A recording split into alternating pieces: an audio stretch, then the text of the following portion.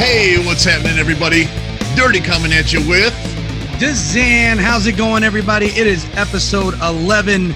Early one for us this week. No change for you motherfuckers. Today is Monday, May 31st, last day of May for us. How are we doing, Dirty?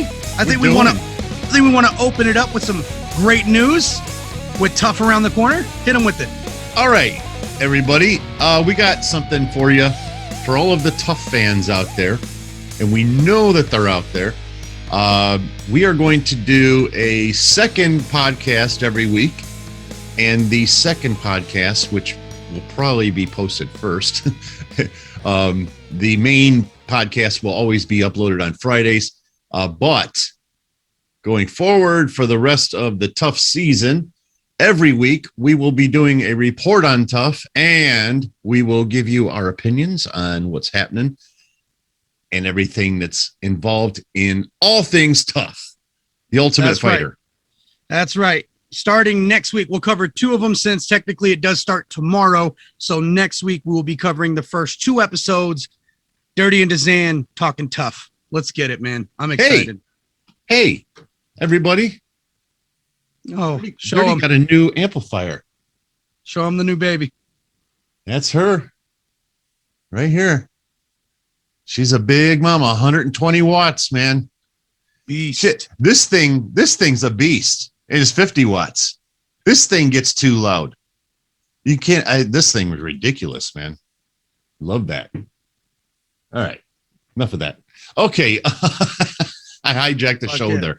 All right, let's get into. Listen, you guys, there wasn't anything happening this past weekend, as we talked about last weekend. Yeah, but UFC bye week. Yeah, we do have a lot of music news. So this week's episode was going to be a little on the shorter side, which I'm sure is going to be fine with everybody. Last week's was 2 hours long.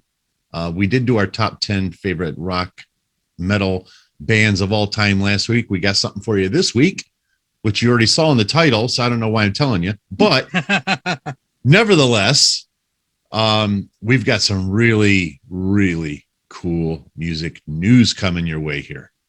So I think we should get into that first, since we are going to be doing a top 10 fighter. We'll save the MMA topics for last. Wanted to get the TUF thing out the way, but let's get into some music topic of the week. If you guys have been living under a motherfucking rock, then you apparently do not I have, know. because and Dirty has been living under a big rock. Yeah, DZAN just told me before we started this, and I had no idea any of this. But quite frankly, I was very, very busy this weekend. So you'll have to forgive me, but I laid it all out there on Patreon this weekend.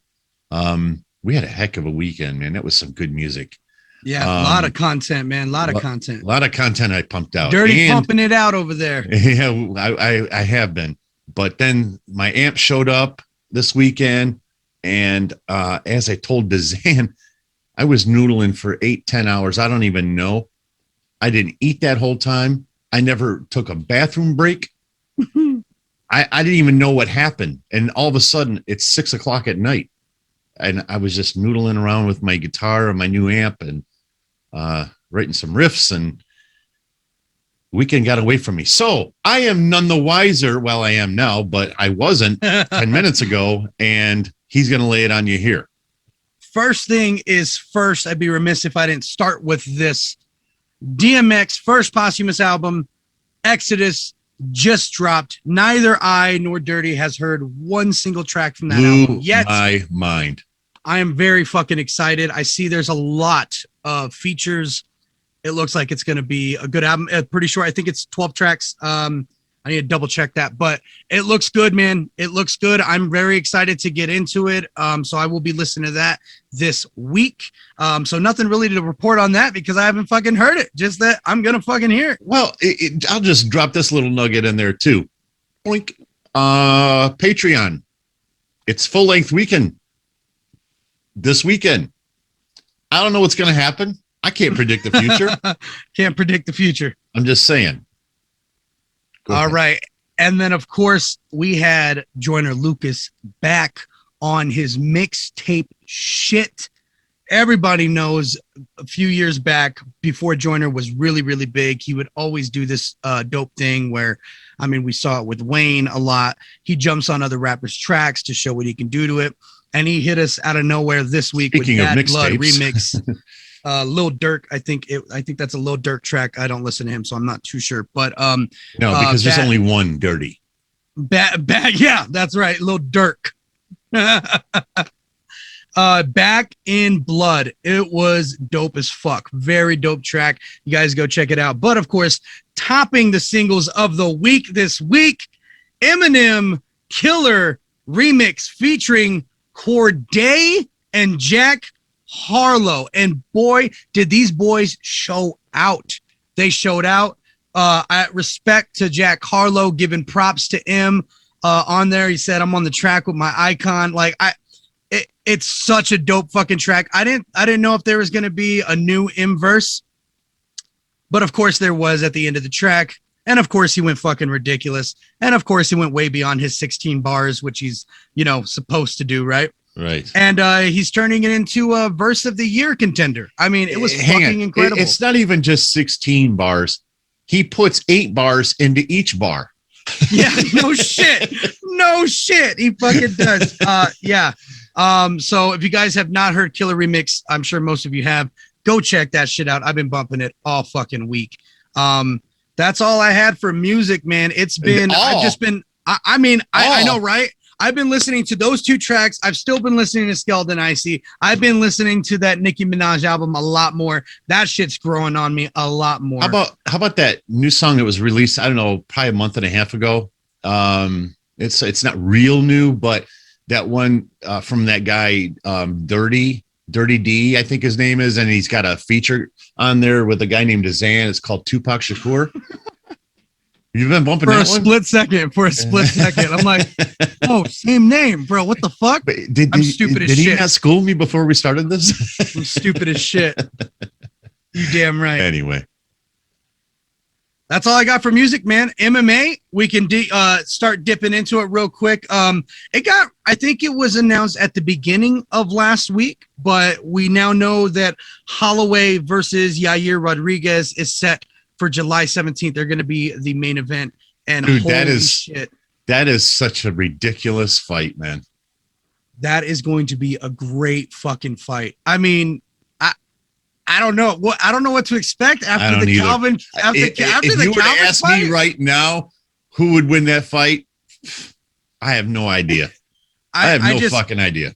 We don't know if we're going to see an amazing performance from Yair or if we're going to hear Holloway kicking his ass in the 5th round and him saying, I'm the best Muay Thai specialist in UFC, right, baby. Right. Well, and that's just it is conventional wisdom says Max Holloway kills him, but I don't know about that, because sometimes Yair is, there's times where he hasn't shown up or literally hasn't shown up. If you remember, who I forget who that was. Stevens, I think. Yeah, maybe it was. Yeah, Jeremy Stevens. But sometimes he does show up, and when he does show up, I don't know if there's anybody that can beat him when he shows up. Yeah, so man. I'm not ready to just hand that one over. That's where the old saying comes from. That's why they play the game.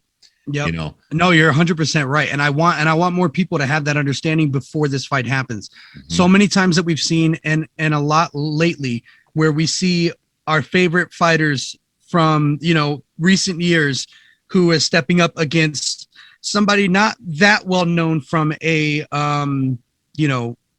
just a regular fan standpoint, right? Your regular Joe wouldn't really know Yair Rodriguez, just like they wouldn't know a Beneil Dariush, you know what I mean? But when they beat a Ferguson, or if this guy beats a Holloway, I just don't want those conversations about how bad Holloway is, because it's just not. This is a really good fucking fight. Either man could win. I'm fucking excited. I mean, look, Yair's only lost twice. He's only lost twice. And he's shown the fuck out, even in those losses. So I'm all down for this fucking fight. I'm very excited for this. And let's not throw. I'm not trying to shove Misha in the closet. I don't like Misha Tate very much, but it is also her comeback fight. Misha. So she's going to be the co-main event of that one as well. Her comeback versus Renault. So listen, man, I love Misha. I always have. This started with the Ronda stuff. I don't like bullies. I've never liked a bully. And, you know, there's a fine line, especially with UFC fighters, between being a bully and being mentally tough. Yeah. And, you know, somebody like Khabib, he's mentally tough. He's never a bully. And, you know, and I'm not the biggest Khabib Nurmagomedov fan in the world. Trust me when I tell you that, quite frankly, and I've said it on here before, his fights bore me, quite frankly. He's just too good. So it's boring to me because I know what happens, right? Ronda was just flat out a bully during TUF. Yeah. And even subsequently. So Misha, when I saw that, and that matter of fact, I believe that was the first year that I actually watched the whole season of TUF as it happened. Right. And real time, right? Not like going back in real time. Exactly. Right. Yeah. So I didn't like what I saw at Ronda. It bothered me. And I was hoping to God Misha would beat Ronda. Obviously she didn't. After the fight, Ronda acted like a twat. And then after the fight with Holly Holm, the head kick knockout, she acted like a twat. And Holly did everything she could do to be kind to her after that fight. Just watch the body language. She left her alone to let herself kind of collect herself. But yeah, after that, she went over there. She tried to, extend her hand. Basically, Ronda gave her the middle finger. And it bothered me. So that's a big part of the reason why I took to Misha. It wasn't so much that I loved Misha as much as I hate to see a bully succeed. Right. The sportsmanship, the poor sportsmanship. Yeah. Ronda's never been when you have a parent that is so fucking, I don't even know what the word that I'm looking for is, but I mean, so good at judo, multiple champion. I think she went to the Olympics as well. Mm-hmm. She was taught not to lose and to not kind of even have that thought process in her body. So, I mean, obviously it showed when she took those 2 losses and dipped from MMA. Let me tell you something, man. Nobody had shittier parents in this world than me. Trust me when I tell you that. And I turned out okay. My dad was a full-fledged bludgeoning alcoholic. And I love my dad. Don't get me wrong. I and to this day, I have a lot of reverence for my dad. I won't discuss my mother, but trust me when I tell you, I had shit parents and I had a shit upbringing. And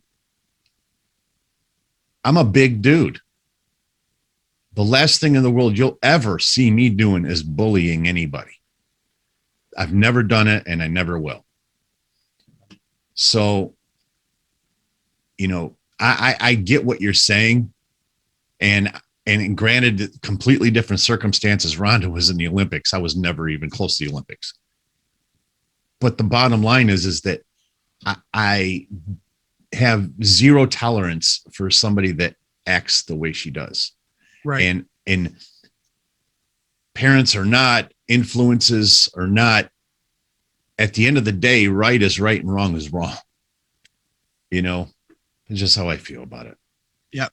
No, 100%. I completely agree. The way she acted, and it made for great television and TUF, but it did. It got a lot of attention. Sore winner is just another form of a loser, in my opinion. It really, really is. But that's exactly why I think that Ronda has no fans anymore, because how many times have you seen a fighter retire and we think all of these grandiose things that they were better than they actually were, you know? But not with Ronda. People have forgotten about Ronda now. Nobody talks about Ronda. And I think that that's, for the most part, think about, well, listen, when we talk about Royce Gracie or Hoist Gracie or Randy Couture, Chuck Liddell, I mean, we think of these people with great reverence, you know. I don't think we think like that about Ronda. And I think that has a lot to do with the way she treated people. Right there. It has a lot to do with how she acted outside of the octagon, and in particular how she took the losses. How she took the Holly loss was just dipping into silence, right? It was weird, right? But everybody gave her time. And then she was on the Ellen show. She talked about how she had suicidal thoughts, all these other things. And that's when you really start to understand is she was just never taught how to lose. Right. And then on her comeback, when she took that loss, that's when everybody was like, okay, I think we're all done. And then it just left a bad taste in all MMA fans' mouths when she went to WWE right after that. And then didn't go over too well. I was just gonna say, and she had horrible promos there. She literally got stuck, you know what I mean, in a sentence on the, you know, in the ring. And well, you got that, and then what's his name, the owner of WWE, what's his name? McMahon? Yeah, Vince McMahon. He was kind of shitty to her too, you know. So that wasn't a good experience for her at all. Yeah, 100% agree with that. Not many besides Brock, I mean, really can go in between. Shayna Basler, give her one hell of a, I mean, I don't know if there's many WWE fans here that listen to this, but Shayna Basler, if you guys watch WWE and you like Shayna, watch her in TUF, watch her in the UFC. She's a beast, man. She's a fucking beast. So I love how she takes her UFC MMA moves and she transfers that to the ring. Right. She's one of those that's a big success, I would say. Again, and Brock too. Brock is definitely the biggest success story, because not only was he WWE champion, UFC champion. I mean, you can't get no better than that. And the pay-per-views. Oh yeah, those were ridiculous. Well, especially because a lot of people fully believed that he would win, and the WWE people did. Right. But when he knocked out Mark Hunt, I was a believer then. When he took out Frank Mir as well, I was thinking Frank is just going to twist his leg up again. It's going to be a really easy night for Frank. Oh my! But again, we just talked about Ronda, but then look at this. This motherfucker said after he knocked him out, he had a horseshoe up his ass. I pull that son bitch out and I beat him over the head with it. Come on, man! Nobody turns chicken shit into chicken salad like that man right there. Right on. Hey, hang on one second, everybody. Okay, sorry about that, guys. All right. So we're going to talk about this weekend a little bit, and a little bit about 263, and then we got our top 10 all-time favorite fighters. Damn right. So this week, last little bit of news to cover is our boy Khabib Nurmagomedov responded to Khamzat Chimaev finally, but in the most political way possible. He says he doesn't believe that it was in a way that was disrespectful. He feels like if he feels this way, he can write this way. Why should I say anything about it? Let him do this, but it doesn't matter. Whatever he says doesn't matter. So, I mean, I don't know, bro. I could expect that kind of a answer of like a, it's whatever, I'm not paying too much attention to it kind of answer. Yeah. But I don't like that. It's not as juicy as a we'll see boy or something like that. But it makes sense. Yeah. Politically, it makes sense. Khabib is a very, very powerful man. In many, many ways. So it's the old adage, you walk tall, walk soft, carry a big stick, whatever the hell that is. Yeah. Yeah, it's one of those situations where there's no need to flex. There really isn't. And he took that approach. I don't need to respond to this guy. Do I really need to? Okay, fine.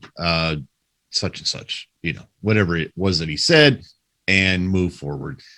And he said, I think that really does a lot more damage than may appear to the eye, because it also says that Khamzat isn't that significant in his life that he needs to respond in kind. See, and that's the angle that they were going with. They're like, you were walking with this man. Wasn't he a part of your team? Or we saw you guys together a few months ago or something like that. Aren't you disappointed in this? How do you feel? And he said, I don't have any disappointments in Chimaev. He said, I've never seen this person. We talked with him on the phone a couple times. Sure. But I don't have any disappointment. Disappointment only happens when you expect something from a person. And I don't have any kind of return in this. But I never expected anything from Chimaev. So let him think. Let him say. That's his right. So the most political way you can go about it, while also kind of being a badass. Yeah. You know what I mean? Subtly, like being right. like, we will see. You know what I mean? Kind of thing. Like, he knows. Right. Come on. Yeah, I guess I kind of like it. The more you read it, you know what I mean? You can kind of get that gangster-esque. That's what it is. You know what I mean? I'm not going to give you the satisfaction of flexing. Exactly. Right. And whenever they like, he's like, no, I never see this guy. We talk on the phone, sure. But yeah, I like it. It's just, I would have liked something a little more. Absolutely, man. Throw some chum to the Sharks, man. That's right. Coming up this week, guys, we are not on a bye week anymore for UFC. UFC Vegas 28 is coming back Saturday the 5th tomorrow for you guys. We have Rosenstruck. Walt Harris also coming back. Rosenstruck. Yeah. Rosenstruck. Yeah. Struick. Versus Sakai. Augusto Sakai. Sakai's a beast. Look, Sakai's a beast, but I don't see any other way than a first round KO for Rosenstruck here. I think they pretty much set him up for this one. Come back. I think Sakai's a little too green for Rosenstruck. Yeah. Rosenstruck's a nasty striker. Dude, his jabs are fucking bombs. Just a jab is a bomb, man. It's freakish. He's got an overhand too, though. Yes, but his highlights are freakish. The ones that don't look like they do much are the ones that level these motherfuckers and put them out. Sure. And then Walt Harris coming back. I'm really hoping Walt can get a win. I really hope he can get a win. He kind of has to. He does. But I got to tell you, I am such a fan of that guy and his story. Me too. What a good dude, man. I think they're helping him out with the person that he's fighting to me. As well. Marcin Tybura. Well, here's the thing, though, is Marcin is he's a nasty striker, too. And the thing about Marcin is this twofold. And it could go either way in my mind in that aspect. He can take a punch, but he takes a lot of punches. Yeah. And Rosenstruck is not the kind of guy that you want to do that with. However, I want to say it right now that when we do our picks over on Instagram and Twitter, you guys, we don't do fight nights here, only pay-per-views, but when we do those picks, don't just assume I'm going to take Rosenstruck, because Marcin Tybura is not a joke. Yep. So that one's going to require a little thought for me. So anyway. That's all I had for this week, man. That's all I had for this week. Oh, I mean, it's not all much happening. We got something big here. We have the big one coming up. Let's do it. Let's get into it, ladies and gentlemen. Our top 10 favorite. Let's say this again. Favorite, not goats. Favorite MMA fighters of all We'll time. do those two.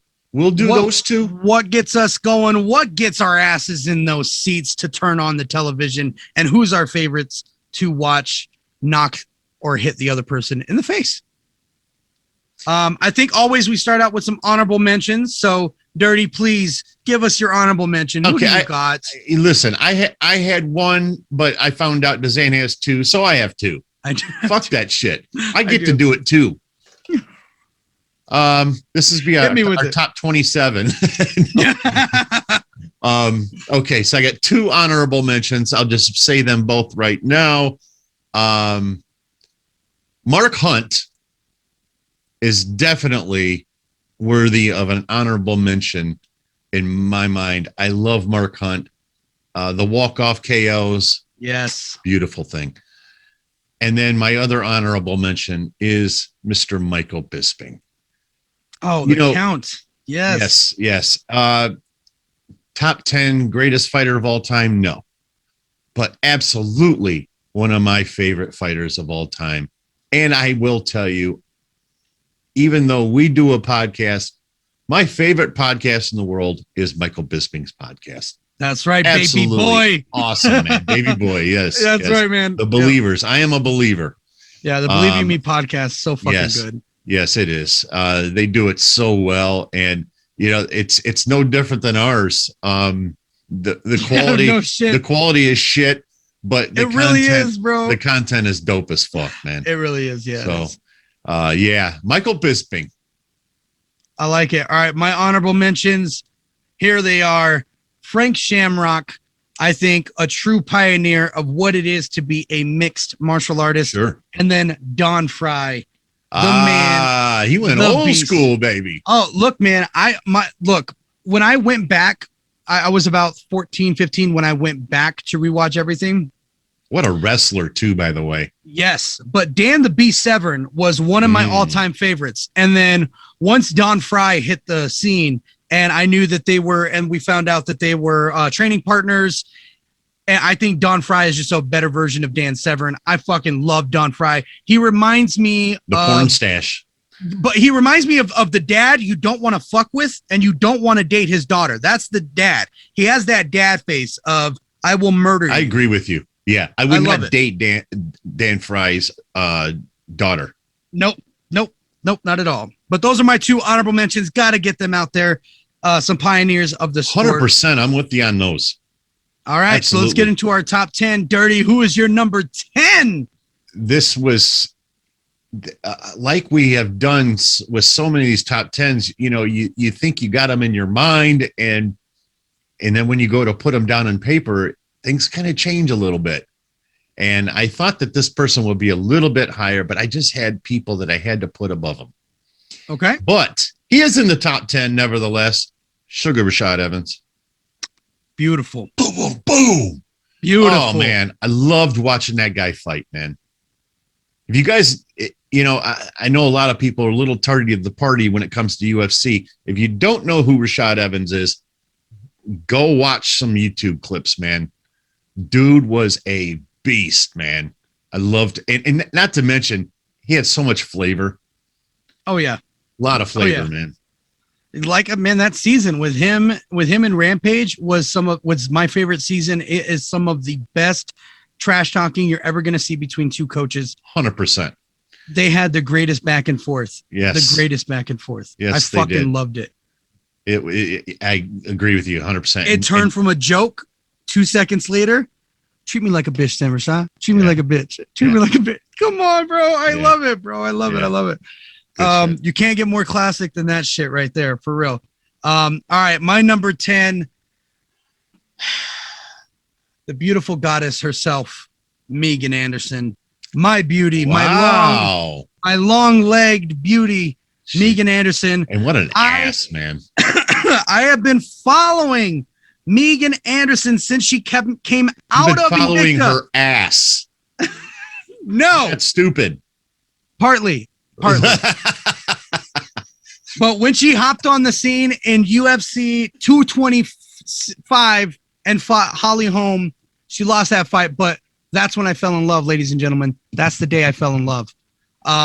and I've been watching her ever since. I love this woman. I've enjoyed her career. I've enjoyed the adventure that she's been on, and I know 100%, if not in the UFC, she will be a 145 champion someday soon. I guarantee it. We just need Amanda Nunes to trip and retire, fall, and yeah, and give up the belt, and then we'll be good. Yeah, but nevertheless, hand them over pretty much. You will never catch me missing a Megan Anderson fight. And that's why she's on this top 10. Can't hate on that. She's a great fighter. She really is. If it weren't for Amanda, she'd be champion. I'm sure of that. Ironically enough, my number 9 is Amanda Nunes. Beautiful. Wow. Hey, okay. Listen, you know what? This is not the top 10 greatest of all time. Just as a reminder. Right. But Amanda Nunes has to be in my top 10 because she encompasses everything that is right about the sport. She covers every area of MMA. She is a true mixed martial artist. Matter of fact, out of everybody on my list, she's probably the most complete mixed martial artist. But she's also a good person. She's a good human being. Yeah. And I always root for those people. I absolutely adore Amanda Nunes, and I love her skill set. And she's got to be in my top 10. I love it. I love it. I love it. I love it. My number 9, Jared Cannonier. I talk about this man a lot. And it's either him and Jack. It was actually between him and Jack for the number 9 spot. Got to give it to Jared. I followed them both for a long time, and I always considered them together because I started watching them both at the same time while they were in 2 different journeys of their career. I mean, Cannonier was just dipping down from light heavyweight, started at heavyweight, went to light heavyweight. The fuck? Oh, it's your camera. My bad.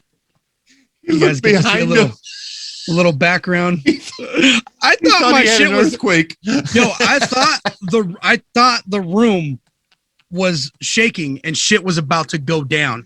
Are you living in a gyroscope where it does fucking that? A, like everything just moving around. I'm like, holy shit. No, but that's my screen, guys. Oh man, you can't write this, you people. The RGB lighting right there. You cannot write this. That was beautiful. Anyways, Jared Cannonier, number 9. Look, his fight with David Branch, his fight with Anderson Silva, and then, of course, his win against Jack Hermanson. Those 3 in a row were what solidified him as one of my favorites. But before that, I've always been a Jared Cannonier fan. And again, he's one of those I'm just not going to miss a fight of his. David Branch was a guy that had no business in the UFC, quite frankly, at any point. But anyway, my number 8, right? Yeah, number 8. Yeah, no, I know. Look, we got all fucking distracted. My whole room was falling for a second. This, I have a spot in my heart carved out for this person. Phenomenal fighter, one of the greatest fighters in UFC history. Matter of fact, I dare say she is a top 10, top 15 at least, greatest fighter of all time. Valentina Shevchenko. The Bullet. I love her. I love her story. But what a badass bitch. What a badass bitch, man. She is so badass. The level of confidence without being arrogant, the skill set of, I mean, the only woman fighter with a greater skill set is Amanda. And I got to be honest with you. I think if they fought at 125 or 135, I don't know that they don't split it. Right. Valentina, her last half a dozen fights, she's ridiculous. She's ridiculous. And I just think the world of her. I love that woman. Love everything about her. That's a solid number 8. I will see your number 8, and I will raise you a Ronda Rousey for number 8. The 3-time gold medalist in judo. Fuck off, dirty. Here we go. Ronda Rousey. What? Like you didn't see this coming? She is the female pioneer for the UFC. There would be no females in the UFC without Ronda Rousey. I hear that again, look, I'm gonna. He still thinks I'm kidding. He still thinks I'm fucking around. She is my number 8, deservedly so. Dirty, you can catch the bar right now. You can catch the arm bar right now, bro. No one judo tosses like her. No one can snatch up an arm like Ronda. I'll leave it short because I feel like he's going to cut me off and it's going to be a 40-minute podcast. I'm going to stop this video anytime now. I literally have my mouse pointer on the stop button. No, Dirty, no. You have to validate my opinion. Not validating that one. I'm not doing that. She deserves to be in the top 10. I love me some Rousey. Love me some Ronda Rousey. And I knew as soon as you were talking so much shit about her, I was like, oh, great. Once we get to there, I may need to change her out with somebody else. Come back here, Dan Severn. You're number fucking 8 now. Number 7 for Dirty. Randy Couture. Okay. Listen, man. You want to talk about a dad that you don't want to date their daughter? Mr. Couture, I do not want to date your daughter. I like your daughter. I think she's an upstanding young lady. I think that she is perfection personified, but I'm not going to date her. Listen, he was such a problem for every fighter he ever fought. Fucking everybody. And his will, the will that was inside of that man, he just never, ever, ever, ever gave up. And, you know, in my opinion, he's like the Clint Eastwood of the UFC. Just a badass motherfucker, man. God, when you think about it, he really is the Clint Eastwood of the UFC. Yeah, in a good way. I mean, yeah, it really fucking is. I mean, I don't see anybody else getting a title in their fucking 40s. No. If you have that moniker, it's definitely Randy Couture. Yeah, it's Randy Couture, 1000%. Yeah. Yeah.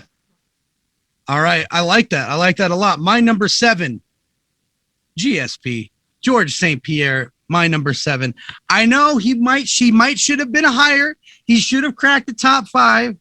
Well, let me explain a little bit. What soured it for me was him leaving twice, coming back twice, and leaving twice. I don't like that. It clogs up the division. It's not good for the division. And you it's realize not good for that him. was strictly to fuck with Dana, right? Of course it was. Because that was Dana a middle finger to Dana. That wasn't, I don't think he set out to do that against the UFC or the fighters themselves. That was a middle finger to Dana. And quite frankly, and this is your thing, and I'm sorry to step all over this, but I just want to point that part out, is because so many fighters were never in a position to be able to give Dana White a middle finger. Right. And you know, I have like this love-hate thing with Dana. With Dana, yes. Yeah. And that is one of the things that I hate about him, is the fact that he is so controlling and he's got so much power that everybody is powerless except Khabib, Conor, maybe John Jones, maybe even he's fucking with John Jones right now. We're watching that in real time. I mean, he only can do that because time permits him to do so. It's been a long time since John was in there. And he's had a few people that guess if he won his last one. So I can see where he maybe has, you know what? This isn't fair. I'm shitting all over your pick. And quite frankly, it's a good pick. I was just surprised at the placing of it. Yeah, but I do want to make sure that the narrative is correct about him when it came to that aspect, because I think it's still the same reason why he's not going to get to fight Oscar De La Hoya. probably still the same reason. Dana. He just did not leave on a good term with Dana, and he still contracted to the UFC to this day. So yeah, it's shitty. I can see that. It's shitty. It is. Let him fight. Let him fight Oscar. Let him beat Oscar De La Hoya up so we can finally get a UFC fighter that beat up a boxer. Yeah. In his own game. Because I do believe that would happen. Yes. Yeah, I agree. 100% in my mind. I believe. 100%. That's why I think on that basis alone, Dana should allow him to do it. Yep. I mean, nevertheless, I love GSP. He's never been a talker. He's never been a shit talker. Of course, he's always been respectful. Are you intoxicated? Are you intoxicated or I'm something? not impressed by your performance. Yeah. Ooh, burn. Somebody better take him to the burn unit, boy. Yeah. He's never been a talker, but he's always shown up. But he's a doer. Always shown up.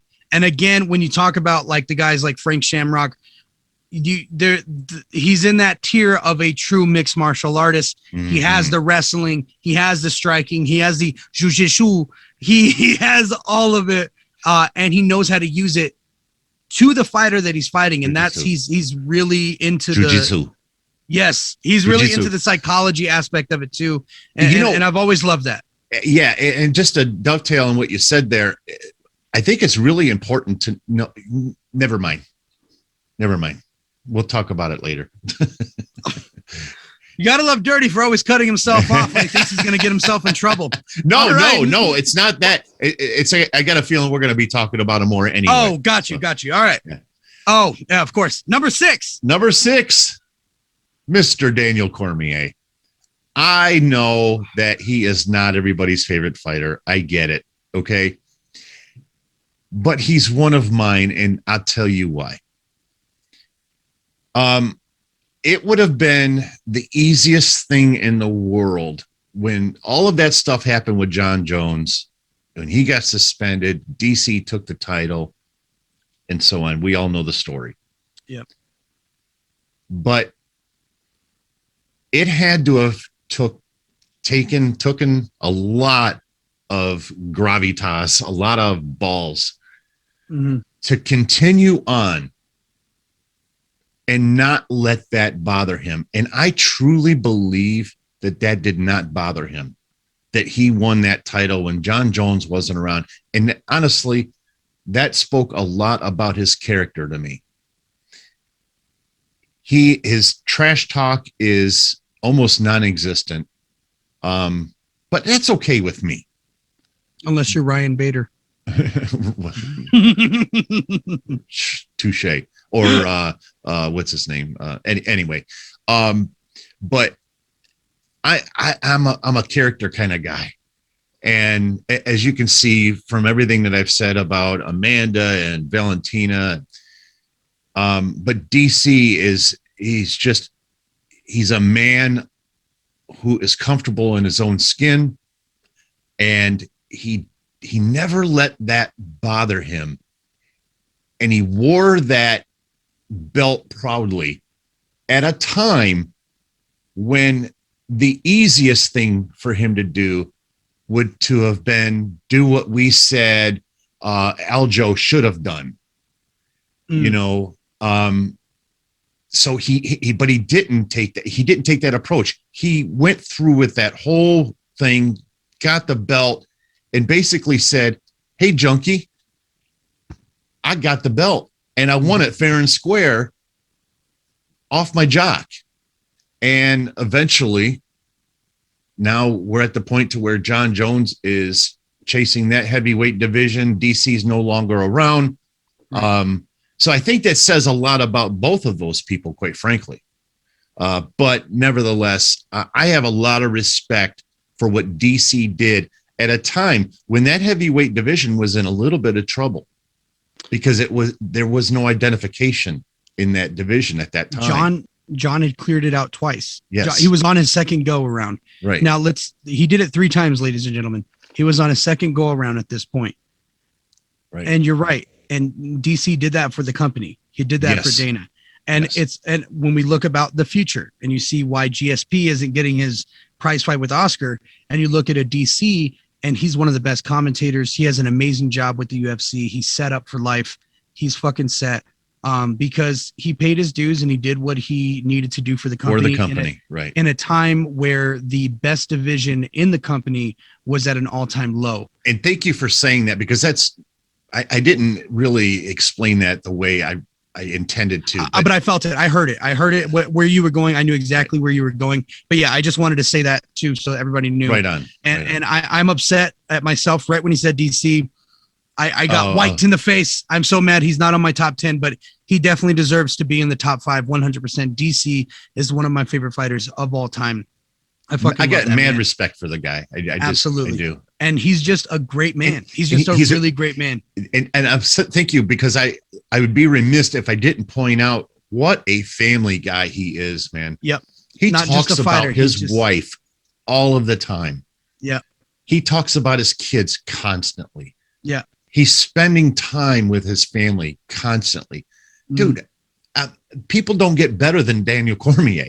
And I know there's a lot of haters out there, but if you look at it honestly, how can you come to any conclusion that it's a good dude, man?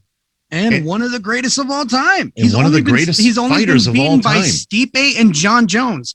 What the fuck? Yeah, those are your only 2 losses? Okay, right. then. Exactly. I can live with that. You can live with that shit. 100%. Well, speaking of DC, my number 6, Thug Rose. Yes, Rose Namajunas is my number 6. I cannot hate on that one, man. I can't get enough. I honestly kind of have a moment like you did. It's not that I didn't consider Thug. Right. It's just the ones that are in here for reasons. Right. Exactly. But yeah. I know. I 100%. I know what you mean. And that's why I knew my top 5 right out the gate. Yeah. My top 5. We were talking about this beforehand, and our top 5s were so simple. Done. But yes, Thug Rose Namajunas is my number 6. Not only because her ability inside the octagon, but again, we talk about outside the octagon, and not just about what a great person she is. I'm talking about the perseverance, the strength, the strength to not only divulge your mental insecurities, but also to let us in and see the growth and see the bounce back. Look, man, she's cold, and this is her off season. All right. She is fucking in her pocket right now. And I can't be more proud of a fighter than I am right now for Thug Rose. I got emotional with Rogan as well. I almost fucking cried. She's just that kind of person. You love her. You want to see her succeed. And we say this with the people, you let the great ones be great. And she's at that point now, and she's still young, but she's already at that point now. She is the strawweight GOAT, hands down, 100%. No question. I have to just add something to that. I picked Weili Zhang Weili. I picked her to beat Thug Rose at 261. Yep. Yeah. I picked Zhang Weili to beat her. And if you remember, you and I were talking about this. I was concerned about her mentally. Right. And that's why I picked Zhang Weili. And she absolutely annihilated Weili Zhang, I think it is actually, but absolutely annihilated her. And I never for a second did I see that coming. I thought that if Thug Rose beat her, not that she didn't have the ability to knock her out, but I'm thinking 3rd round at best. Right. I was thinking we were going to see a war that night. I was thinking it was going to be a 5-round. I was thinking the Joanna Jędrzejczyk fight with Weili Zhang. I thought it was going to be much more something like that. And I hear people saying, lucky one, let's get that thrown back right away. Although I do see a rematch, and I could see that be thrown right away, but let's not say that was lucky. That is some technical skill. And when we talk about levels, I was there. Levels. I was there. Exactly. He saw that shit. Yeah. It wasn't lucky. You don't accidentally get your foot between the guard. You're setting that up. That's a trap. beautiful setup. That is exactly a trap. You rewatch that fight and rewatch it in slow-mo, and you see that she tries this combination 2 times before she nails it, because she's getting the distance, she's getting the timing, and once she gets those 2 things, you are fucked. And that's what happened to Joanna Jędrzejczyk when she got hit and clipped and then finished, and that's exactly what happened O'Malley. To Zhang. Sugar Sean O'Malley, you damn right. That's exactly. You lost the fight, man. We don't need excuses. Nate, 2 with Conor, the second fight. Nate lost that fight, man. Well, and then Zhang saying that it was called early. No, girl. No. See, and I am a Weili Zhang fan. Oh yes, me too. Yes, because I know how you feel about Joanna, but I'm not a fan of Joanna. And that fight there, that another fight that was, the fighter didn't agree with the decision, but quite frankly, I don't know anybody that didn't think that Weili Zhang won that fight. But I'm a fan of Weili Zhang. But I love Thug Rose. That's the difference. Even though she's not my top 10, again, like with so many, not everybody on my top 10 is a great human being, but right. But for the most part, I'd say 80% of them are, and I think that's a kind of a theme with both of us here. Yep. That I'm picking up is that they're people that we have gravitated to on a personal level. 100%, and that's going to bleed into the top 5 right now. It will. And what as is your we number 5? Said, our top 5 was matter of fact. Hang on one second, guys. Our number 5, top 5, my 5. You've got to love this one. Come on, hit me with it. Of all people, have got to love this one. The natural born killer, Carlos Conde. Oh, come on, baby. I love Conde, me bro. some Carlos Conde, man. Carlos is an OG. He is the epitome of gangster. Yet he's one of the nicest guys in the world. He's got a coffee shop right there in Albuquerque. He's just and he loves the city of Albuquerque. He talks about it all the time. Yep. I have a friend that lives there, so anyway, but Carlos Conde fights, I've never seen, except for as of late, but he's getting up there in age. I've never seen a non-war Carlos Conde fight. The dude is a warrior and a badass and a great human being all at the same time. Love it. Yep. That's a great, solid fucking pick. Anybody from the Duke City, I fucking love, that's repping in the UFC or anywhere to be, anywhere in the MMA community. I love Carlos Conde, man. That's a solid fucking pick. All right, man. Number 5, the Spider. Anderson Silva. Woo! Tough one for me. For me, he's the best. I love me some Anderson Silva, man. You're never gonna get jolted by his voice, but you're gonna get jolted by his fucking front kick, by anything. Listen, as a kid watching this dude do this, I fucking love it. I feel the same way about Anderson Silva, the way a lot of these younger kids that watch Bellator feel about Michael Venom Page, right? Sure. He had that back in the day as well. He's like, I'm gonna play with my food and then I'm gonna fucking consume you. And that's how it is. I mean, from Chris Lieben to start it off, his amazing 6 fight fucking wins in a row to end it off with Chris Weidman. I mean, amazing. There's nothing you can say bad about Anderson Silva. Again, great, genuine fucking guy who just loves martial arts, every form of martial arts. Except one exception. He always acted like he couldn't speak English. It drove me nuts. We know damn good and well he could. Yes, you know what? And I wonder if it was the voice. I wonder if he was just a little self-conscious about his. Hey, translator, I want you to speak for me. Yeah. Yeah, exactly. Yeah, no, yeah. You could talk for me. Anderson Silva, number 5, fucking amazing fighter. One of the greatest of all time. Since we're doing imitations, man, fuck that shit. Fuck that little Irishman. I'll fuck him up. Nate Diaz, number 4. I love Nate Diaz. I love everything that is all things Nate Diaz.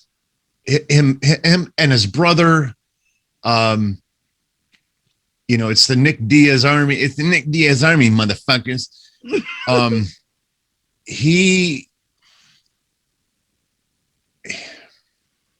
It's so hard to try to encapsulate Nate Diaz with words because it's all about his attitude. And the one thing that I think that Nate Diaz has done better than anybody ever in the UFC is his mental belief in himself. He's not what he thinks he is. Okay. But if he were, that would only be because there was nobody in this world, including a grizzly bear, that could beat him. Mm-hmm. But in his mind, every time he steps in that cage, there's no doubt about the fact that he believes that he is going to choke somebody out with a triangle or a darce or a guillotine or whatever means that he chooses to do. Right. And again, kind of like with Carlos Conde, maybe not in this day and age, but in his prime. And he was so gangster.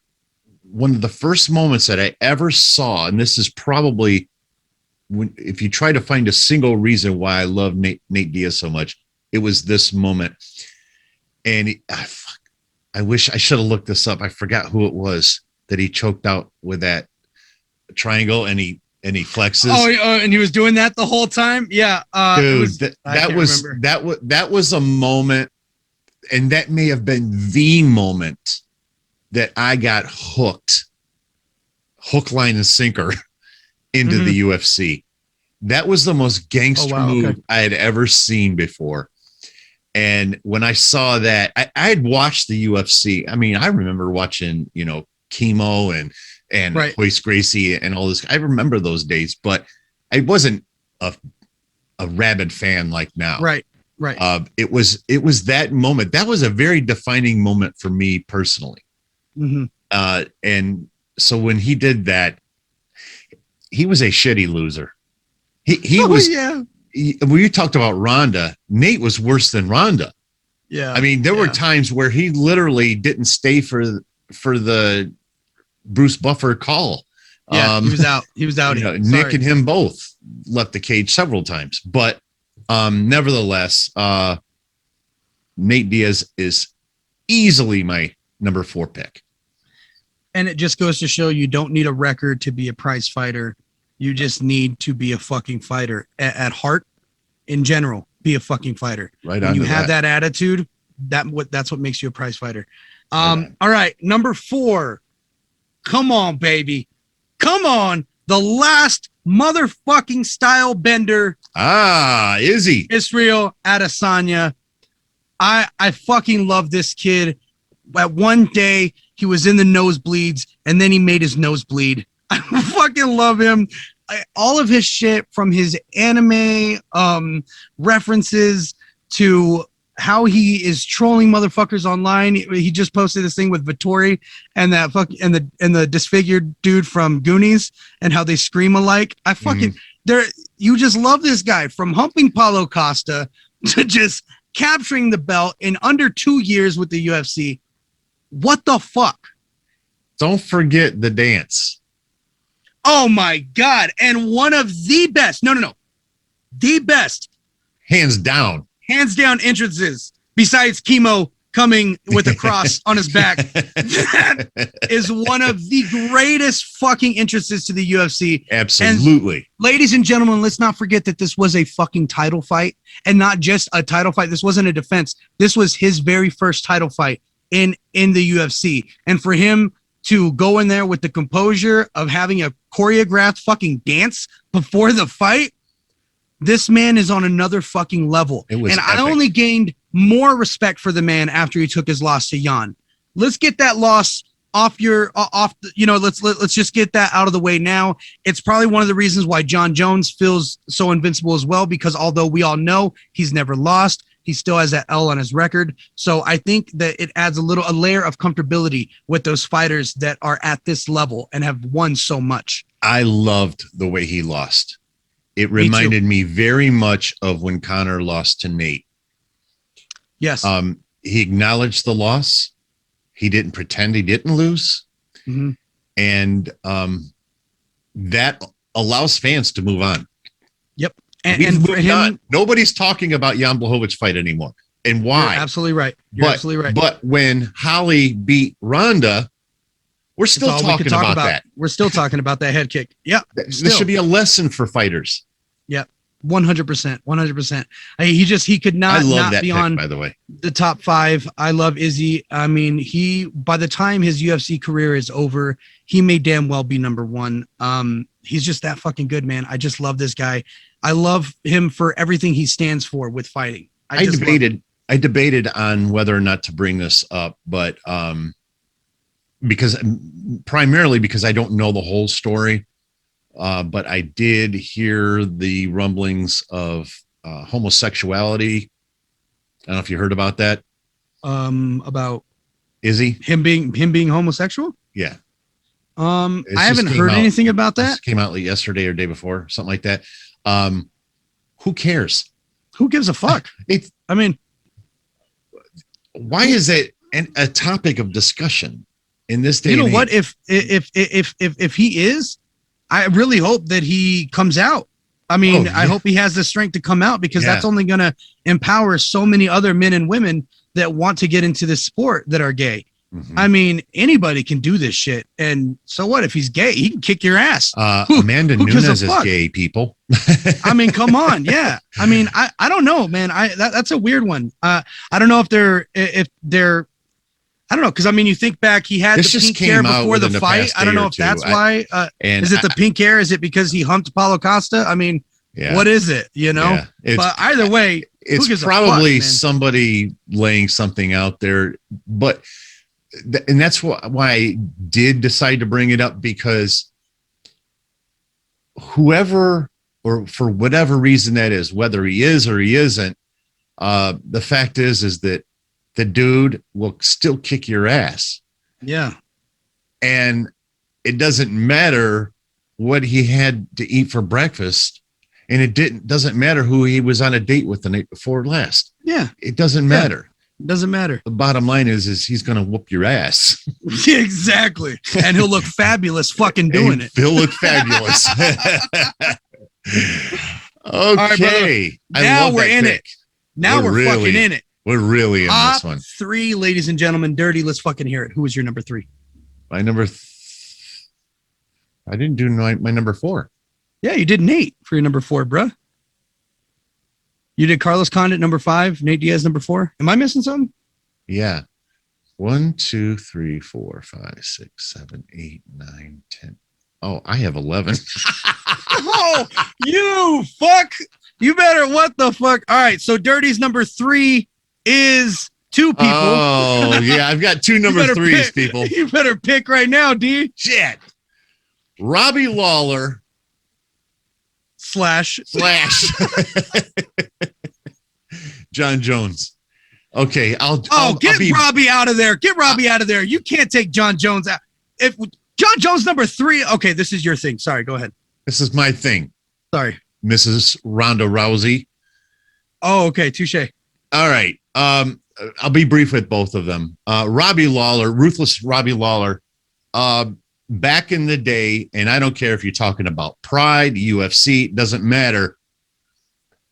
That dude was unhinged. he was not right. And he went into every fight, at least until the last 4 or 5, he wasn't right. He was a savage. And so many fights watching Robbie Lawler and his savagery, watching him fight with his lips split up to his nose and just keep pushing through. Again, like I said with Randy Couture, no quit in that man. There's no quit. Love Robbie Lawler. John Jones, come on, man. Easily could have been number 1. The 2 that I have above him are there for a reason. It's not because they're necessarily greater fighters than Robbie or than John, but you have to have John Jones in your top 10. If you don't, you're a hater for whatever reason. And yes, just it's worthy of noting that my top 10, I have DC and John Jones in there. You can be in both camps. I won't get into that one yet, but I have other 2 that are very contradictory. But bottom line is Robbie Lawler, John Jones, awesome fighters.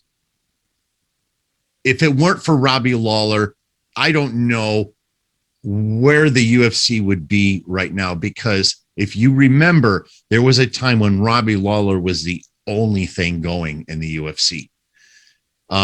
He was the one attraction that the UFC had, and they laid on him heavily for that. John Jones, you can make the same argument, but John Jones cleaning out the light heavyweight division twofold.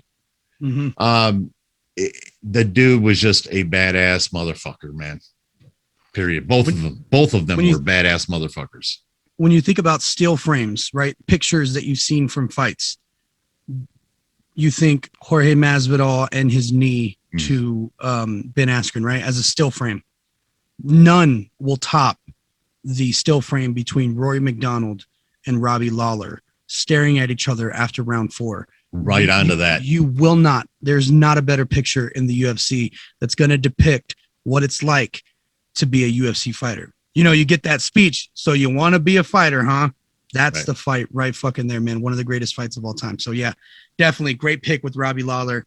And of course, John Jones. My number 3, since this motherfucker wants to go ahead and do slashes, my number 3 is Amanda Nunes and DC, because he couldn't be in my top 10 because I forgot him before. But he was always in there, ladies and gentlemen. He was always in there, ladies and gentlemen. He was just creeping on the side. He's hijacking my shit. I snuck an extra one in there, so he gets 2 now? I'm sorry, it's my turn, right?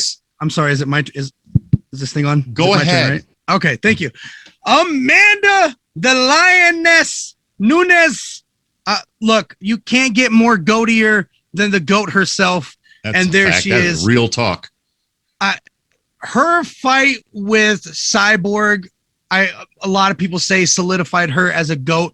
I will tell you 100%.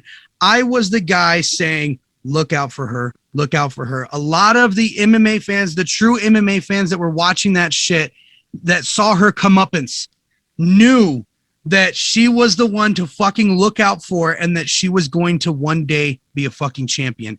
And she has only gotten better. Has she lost? Yeah, 4 fucking times, I believe.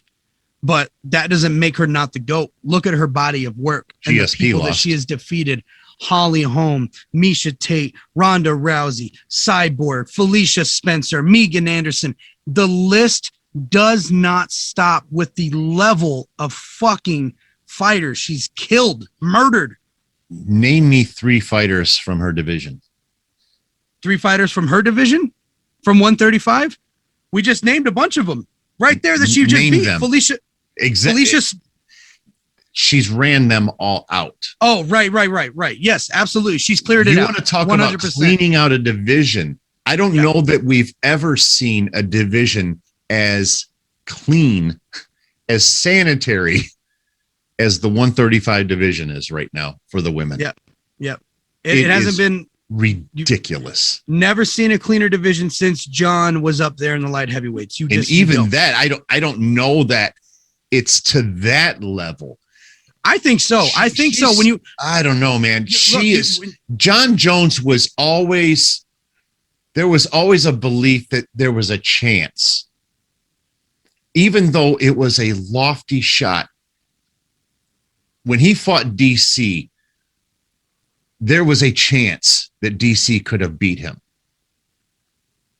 Out of the past dozen fights for Amanda, I've never once said, well, there's a chance.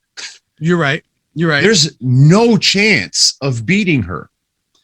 Right. But there's clearing out the division multiple times, and then there's clearing out multiple generations of the division.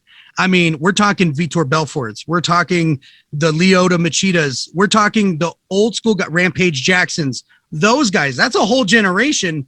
And then let's move on to the newer guys, the DCs, the Santoses, the Reyes's. You know what I mean? Multiple generations. What Amanda did was clear out the same generation multiple times is what we've witnessed. And I think that's what it is. You know, I'm going to leave it alone. I could argue with that a little bit, but I'll leave that alone. It is your pick. And quite frankly, I don't, I mean, I already do have John Jones in mind anyway, so I'm not going to sit there and shit on it. But yeah, I agree with mostly what you said there. And I can't hate on the pick. That's for sure. All right. So next week we'll be having an in-depth conversation on generational clearing out of divisions. All right. Number 2, Dirty D. What do you got, bro? It's must-see TV. My number 2, and it's, listen, this is for a reason, okay? It's Conor McGregor. Is Conor McGregor the greatest fighter of all time? Not even close. But never has a single person, one person entered a sport and made it grow exponentially, single-handedly. And for those of us that were into the UFC when Conor McGregor came in and beat Marcus Brimage, when you saw that in real time, not, watching it on Fight Pass 2 years later or even 6 months later, right? When you watched that in real time and you watched him not only pick the round or pick the means of winning, he picks the round in which he did so, and watched the sport explode in hockey, basketball, baseball, football. We have never seen anything remotely like what Conor McGregor has done for the UFC. That in itself is worthy of my respect, and to the greatest degree. That's it. Respect. 100. All right. My number 2, John Jones. Johnny Bones Jones. We don't need to say much. Okay, we just talked about it for 20 minutes. Listen, he's from Albuquerque. Okay. Let's just cut the bullshit. And if he doesn't have Holly Holm as his number 1, then I'll. She's not on my top 10, Dirty. Wow. She's not on my top 10. What's the name of your town again? Albuquerque. No, what's your nickname? The Duke City. The Duke City. There you go. Yeah. Okay, yeah, Duke City. Here's your traitor. Okay. Anyways. Hang them. Anyways, do they still John hang Jones, people out there? John Jones is my number 2 from the Duke City. And he's in the West. Great volunteer work. They still hang people his community. No. Thank God. No, because they hang you for not picking Holly Holm. Okay. No shit. Number shit. Number 1. Number 1. Hit me with it. Who's your number 1? I hit you with it. Who do you think it is? Who have I not said? Oh my God. I'm so fucking stupid. I know exactly who it is. Andre Arlovsky. Hit me with it. Tell me why. It's not Andre Arlovsky, you silly goose. Stefan Struve. Stefan Struve. The skyscraper. You got it. How did you know that? I know you, Dirty. I fucking know you, bro. It's the GOAT, Artem Loboff. Come on, man. The greatest 400 fighter in the history of the UFC. We only talk in respect, Artem. Please don't hurt us. We're only speaking respect. GSP changed. Oh, so this is why you got so pissed off that he was my number 7. Yes. Okay, that makes sense. Yes. Listen, he changed the sport. Once in a while, you'll have a Dan Severn or Don Fry or GSP, Amanda Nunes, somebody that comes in and elevates everybody else. Why? Because they have to.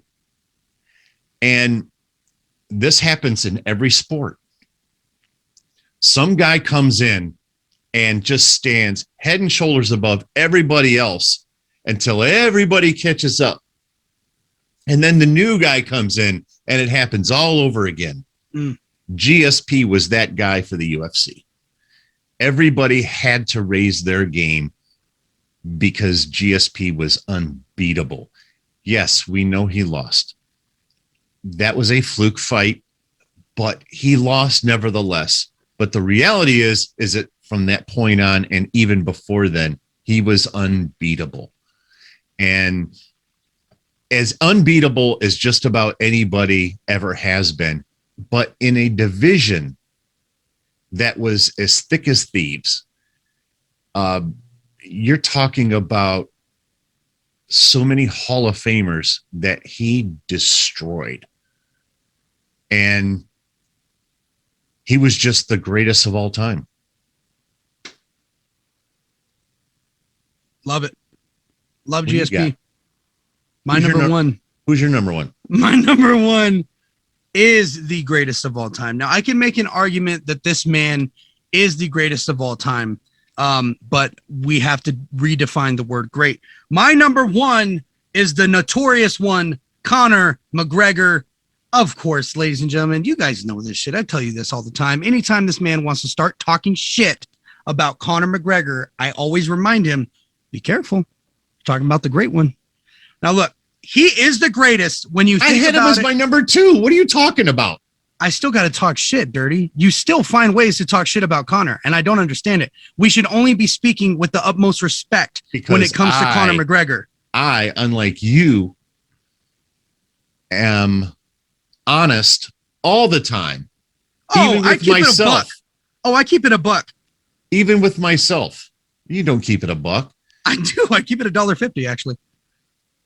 Anyway, go ahead. Anyways, the greatest of all time is Conor McGregor. He has the best rise of anybody in this sport. He has the best rise that anybody will ever have in this sport. The way that this man controlled his posture, the way he spoke, the way he dressed, everything about him outside the octagon showed this is a future champion. This is a future legend. This is a future Hall of Famer right here, just by his confidence and everything. Nevertheless, that he can just tell you again how he's going to handle the fight and when it's going to happen, because he's Mystic Mac and he predicts these things. And that's it. You know what I mean? Look, he's lost. Yes, he's lost to Khabib. He's lost to Nate. He's lost to Dustin. There's no shame in those 3 losses. Besides the Nate loss, I know he was underestimated. If Conor really went in there training the way he did for the second fight, I honestly don't think that Nate would have won the first fight. He highly underestimated his endurance, and he highly underestimated how much the man could take. He said it himself. He was sufficient with his energy. The man could take a punch. The man could take a punch. I just wasn't sufficient with my energy in there. That is why he lost it, and that is why he's also great. That's also why he's great. I worked on it, talked a little bit before the podcast. I'm sure you were in front of the mirror. A little bit. Yeah, a little with bit. the brush and everything. Yeah. Just making my call outs. Yeah. But yeah, I mean, again, with the brush in front of the mirror. That's right. Conor McGregor, is the greatest of all time. Not only Man, fuck that Irishman. We should get into an argument. We should get an argument one of these days, and you do your Conor voice. I'll do my name. Yeah. Lay you and your skinny fat body. Man, fuck you. My team will beat your whole fucking team, bitch. Oh, you was skinny fat. That was probably the greatest thing ever. Yeah. No, listen. It's the easiest and most en vogue thing in the world to hate Conor McGregor. Okay. Oh, when you're at the top, it's nobody wants to be a fan of yours for whatever reason that is.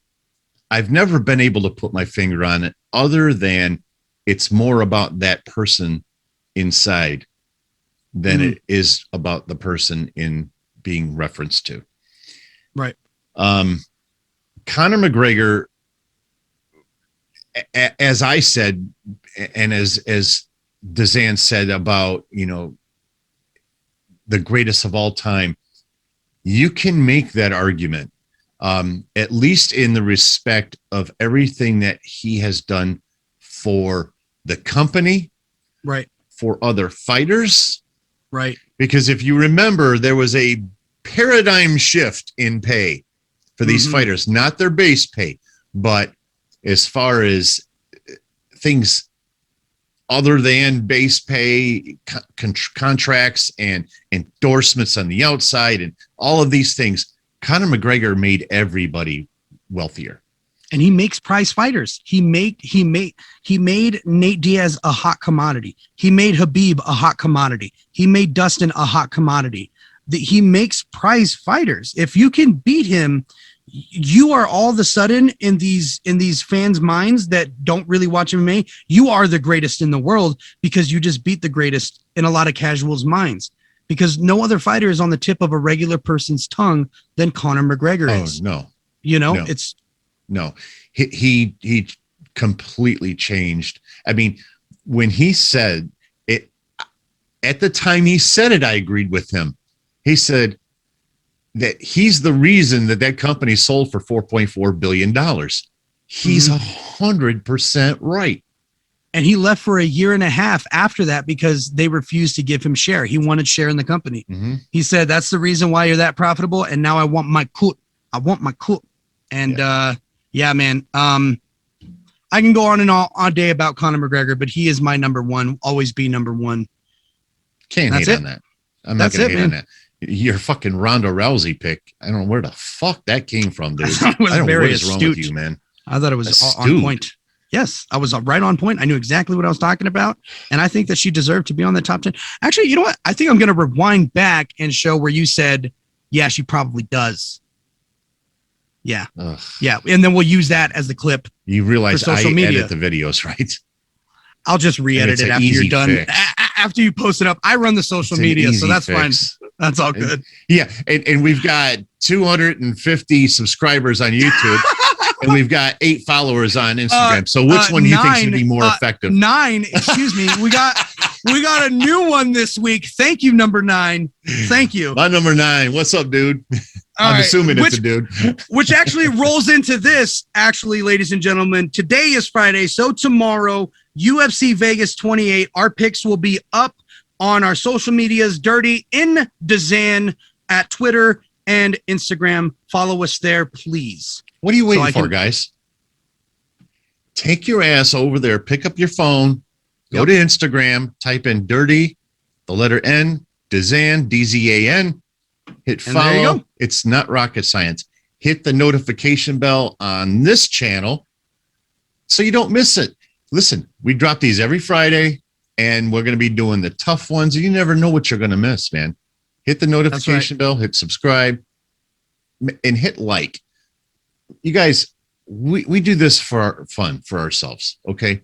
We're not delusional. We don't have a $1 million company backing us right now and all of that stuff. This is just 2 very, very, very poor people having fun with UFC and music. That's right. So it's as honest as you're ever going to get. And we try to keep it entertaining for you guys. A little silly sometimes, but hey, we do what we do, and we do it all for you. So please just hit the like button, hit the subscription button at the very least. And it wouldn't hurt if you laid a comment in the comment section either. Yeah, let us know if you what other next top 10 blah blah blah you want us to cover, and we will have one next week, so it's up to you guys. Yep, so that's right. Leave it in the comments. I am very excited for our tough talking. I'm very excited for the extra one. So guys, that's gonna be get fun hyped for that shit too. It's gonna be really fucking fun. I'm so excited for this season. So guys, get hyped for all of this shit coming out. Enjoy the music bumper on the way out. And we will see you guys sometime next week, because we got to do the tough one. Maybe we'll put those out on Wednesday or Thursday, and then this podcast, like I said, is always out on Friday. We will see you guys soon. Peace. Peace out.